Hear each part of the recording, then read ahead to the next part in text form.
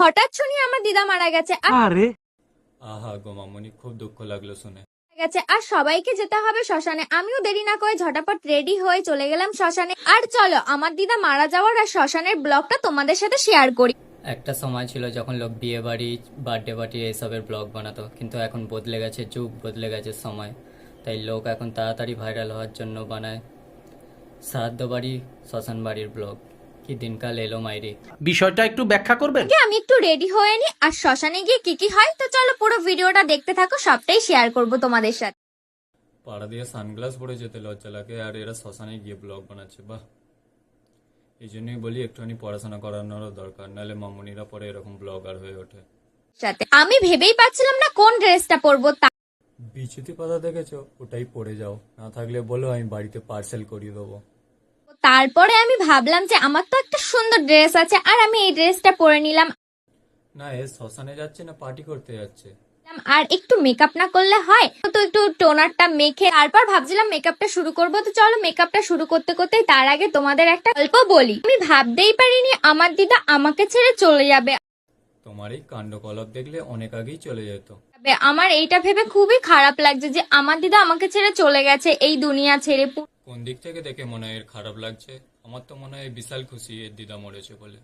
ভাগাড়ে গরু মরলে শকুন যেমন বিশাল খুশি হয়, ঠিক তেমন পুরোটা। আর কখনো দিদা চাইলেও ফিরে আসতে পারবে না। তোর এই বালের কাজকর্ম দেখে এমনিতেও ফিরে আসবে না। যাই হোক, সবারই একদিন না একদিন উপরে যেতে হবে, এইটা নিয়ে মন খারাপ করে আর কিছুই হবে না, এইটাই নিজের মনকে বুঝ দিচ্ছিলাম। আদেও মন আছে এর? বলেন কি? তাও মনটা কেমন করছে দিদার জন্য, খুবই কষ্ট হচ্ছিল আমার দিদার জন্য যে দিদা দুনিয়া ছেড়ে চলে গেল। আহারে, চোখের পানিতে বোকটা বাইসা যায়। এর দিদা ওপরে গিয়েও ভাবছে যদি সেদিন জামাইটা আজ বুঝে সুঝে কাজ করতো, আজ আমাকে মরার পরও এই কাণ্ডকলাপগুলো দেখতে হতো না। আমার ছোটবেলার থেকে যার সাথে এত কথা এত কিছু, যাকে আমি সবকিছু শেয়ার করতাম, হাসি মজা দুঃখ, আমাকে কত রকম গল্পও বলতো। তোমাদের দিদা কি তোমাদের গল্প শোনাতো? আমাকে কিন্তু ছোটবেলার থেকে এখনো আমার দিদা আমাকে খুব গল্প বলতো, আর সেগুলো তখন ঠিকভাবে গল্পটা শোনাতে পারিনি, তাই এখন এই অবস্থা। এগুলোই আমি খুব মিস করছি। আর হবে, যেটা হওয়ার সেটাই হলো। আর এইদিকে আমি মেকআপ করতে করতে দেখো মেকআপটা কি হয়ে গেছে, কারণ আমার এত টেনশন এত কষ্ট হচ্ছে আমার দিদার জন্য যে আমি আর না মানে এটা কিরকম কষ্ট দিদার দেখানো জন্য style? যে আমি আর কিছুই করতে পারছি। কেউ মরে গেলে মনে কষ্ট হয় শুনেছি, এ তো পিছন বাঁকিয়ে কষ্ট দেখাচ্ছে। আসলে কষ্টটা হচ্ছে কোথায়? তোমাদের সাথে আমি ডেলি ব্লগ শেয়ার করছি, ভাবলাম এইটাও শেয়ার করি তোমাদের সাথে যে কি কি ঘটলো আমার সাথে। আর জানোই তো আমি একটু সাজতে ভালোবাসি, তাই জন্য আমি দেখছিলাম যে তাড়াতাড়ি করে যেটা করা যায় আগে সেটাই করি। আর এইদিকে আমি বুড়োটা একটু আঁকিয়ে নিলাম যেমন তেমন ভাবে, আমি কিন্তু বেশি কিছু করছি না। বালের মতো থোবরা যতই মেকআপ করো সেই মনে হয় অল্পই মেকআপ করেছি। ঠিক বলেছো। আইব্রোটা হালকা করে একটু আঁকিয়ে নিলাম, আমি কিন্তু সেই রকম কিছু সাজছি না, জাস্ট একটু চোখের উপর গ্লিটার দিয়েছি আর একটু হালকা করেই সাজছি, সেই রকম কিছু না। দেখো কেমন লাগছে, তাই পুরো রাস্তার মোড়ে দাঁড়িয়ে থাকা মালগুলোর মতো লাগছে। কি বলবো, যাই হোক। তাই বলছিলাম। আর একটা জিনিস বাকি ছিল, যেহেতু মেকআপটা বোঝোই তো, যেন না বোঝা যায় এই জন্য একটু পাউডারটা দিয়ে দিচ্ছিলাম যাতে মেকআপটা যেন ফুটে ফুটে না ওঠে। ব্যাপারটা ঠিক এরকম হয়ে গেল না যে প্রোটেকশন ছাড়া করো, কিন্তু এমন ভাবে করো কেউ যাতে না বুঝতে না পারে। না, আর ওইদিকে আমি ভাবছিলাম দিদাকে না নিয়ে চলে যাই, কারণ আমার সাজতে সাজতেই তো অনেকক্ষণ লেগে যাচ্ছে। তাও আমি একটু ভাবলাম যেমন তেমন করে যাই, ন্যাচারাল একদম সেরেছি, মানে কিচ্ছু দিইনি, না সাজলে না হয় তো।